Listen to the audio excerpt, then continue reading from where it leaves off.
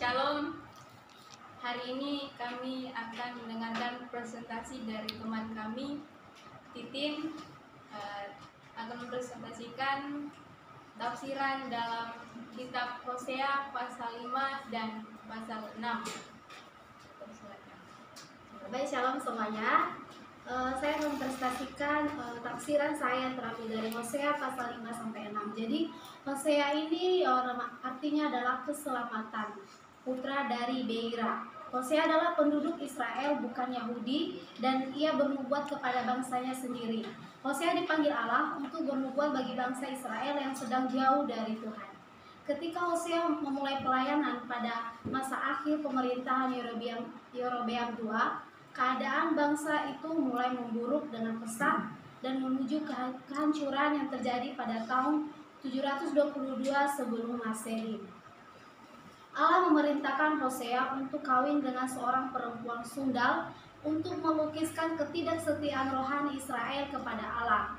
Bangsa Israel adalah bangsa yang tidak takut akan Tuhan, tidak seperti nenek moyangnya yaitu Abraham. Bangsa Israel begitu banyak menyakiti hati Tuhan melalui perbuatan mereka, baik rakyat biasa maupun para pemimpinnya tidak takut akan Tuhan. Bangsa Israel selalu lupa atas pemeliharaan Tuhan atas hidup mereka. Mereka selalu menganggap Tuhan itu jahat dan tidak mengasihani mereka, karena mereka dibiarkan Tuhan tertindas di tanah Mesir dan menderita dalam perjalanan mereka dari padang gurun menuju tanah Kanaan. Mereka telah berzina dan menajiskan diri dari roh perzinahan ada dalam diri mereka, dan mereka tidak mengenal Tuhan. Perbuatan-perbuatan mereka tidak mengizinkan mereka untuk berbalik kepada Allah, walaupun mereka akan berusaha mencari Tuhan dengan membawa korban kambing domba dan lembu sapi, tidak akan berjumpa dengan Tuhan. Itu semua akan sia-sia karena mereka hanya berpura-pura untuk berbalik kepada Tuhan. Dalam pasal 5 dan 6 ini saya membagi 3 poin. Yang pertama, ancaman terhadap Israel dan pemimpin-pemimpinnya dari ayat 1 sampai 7. Yang kedua, Israel mencari pertolongan di mana-mana tetapi sia-sia dari ayat 8 sampai 14. Yang ketiga, pertobatan yang sia-sia dari pasal 6. Yang pertama adalah ancaman terhadap Israel dan pemimpin-pemimpinnya. Bukan hanya saja rakyat Israel yang berpaling dari Tuhan, tetapi para pemimpin-pemimpinnya. Pemimpin-pemimpinnya tidak bisa membawa bangsa Israel keluar dari dosa perzinahannya, dari dosa-dosanya yang menyembah Baal, tetapi malah pemimpin-pemimpinnya yang menarik bangsa Israel untuk berbalik kepada Tuhan.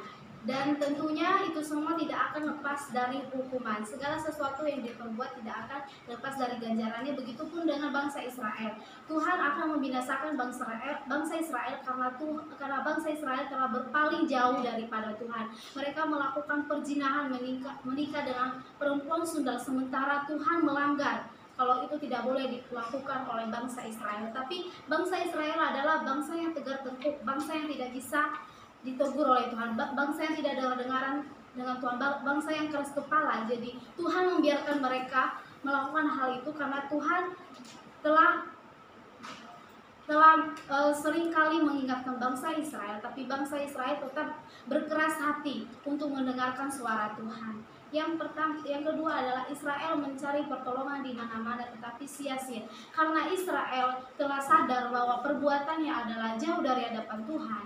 Mereka tahu bahwa Tuhan akan menimpakan malapetaka sebentar lagi. Akhirnya bangsa Israel mencari Tuhan, mencari pertolongan Tuhan, karena mereka sudah tahu bahwa mereka salah, mereka telah akan dihukum oleh Tuhan. Tetapi itu semua sia-sia, karena walaupun mereka cari Tuhan, Tuhan tidak akan pernah menampakkan wajah kepada bangsa Israel, karena mereka telah banyak menyakiti hati Tuhan. Yang ketiga adalah pertobatan yang sia-sia, pertobatan yang pura-pura. Bangsa Israel ternyata berpura-pura bertobat dengan Tuhan, dan ini sangat menyakiti hati Tuhan, karena mereka datang kepada Tuhan hanya sekedar formalitas saja. Mereka datang di hadapan Tuhan bukan karena hati yang sungguh-sungguh, hati yang rindu, hati yang memang mau bertobat, mau kembali kepada Tuhan. Dan yang menjadi kesimpulan dari tafsiran saya adalah bangsa Israel adalah bangsa yang takut akan Tuhan, tetapi semua yang mereka lakukan adalah sangat jahat di mata Tuhan. Walaupun mereka berusaha keras untuk mencari Tuhan, tapi itu semua akan sia-sia karena Tuhan tahu bahwa motivasi mereka adalah salah. Mereka berpura-pura di hadapan Tuhan. Apa yang menjadi aplikasinya bagi kita sekarang? Mungkin di zaman Israel melakukan hal seperti itu, dan sekarang juga banyak orang yang mengaku percaya, yang mengaku takut akan Tuhan, tapi banyak perbuatannya yang menyakiti hati Tuhan. Begitupun dengan kita, ketika kita datang di hadapan Tuhan dengan pura-pura, dengan tidak hati yang tulus, dengan tidak sungguh-sungguh, itu semua sia-sia di mata Tuhan dan tidak ada gunanya di mata Tuhan. Demikian saja, terima kasih. Oke, baik, cekin aja presentasi dari saudara Komisi Titin, dan menjadi satu pertanyaan saya kepada saudara kami adalah mengapa Tuhan tidak menolong bangsa Israel di saat bangsa Israel mencari Tuhan? Nah, kita bisa lihat di ayat 15. Karena bangsa Israel itu mencari Tuhan itu dengan pura-pura, dengan tidak sungguh-sungguh. Jadi Tuhan tidak mau yang seperti itu. Tuhan mau orang yang sungguh-sungguh memang benar-benar sadar akan dosanya, dan memang benar berpaling kepada Tuhan dan tidak akan berpaling lagi ke dosanya yang lama. Kalau kita lihat bangsa Israel, hari ini bangsa Israel bertobat, besok melakukan dosa lagi, dan Tuhan tidak mau seperti itu. Makanya ketika bangsa Israel mencari Tuhan, semua sia-sia. Tuhan tidak menampakkan wajahnya kepada bangsa Israel. Begitupun dengan kita saat ini. Kalau misalnya kita saat ini nggak sungguh-sungguh mencari Tuhan, maka semuanya sia-sia, tidak ada gunanya. Demikian saja.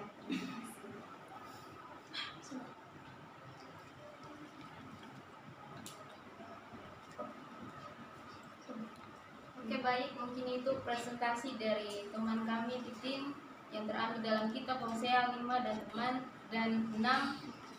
Ucapkan terima kasih. Shalom. Shalom.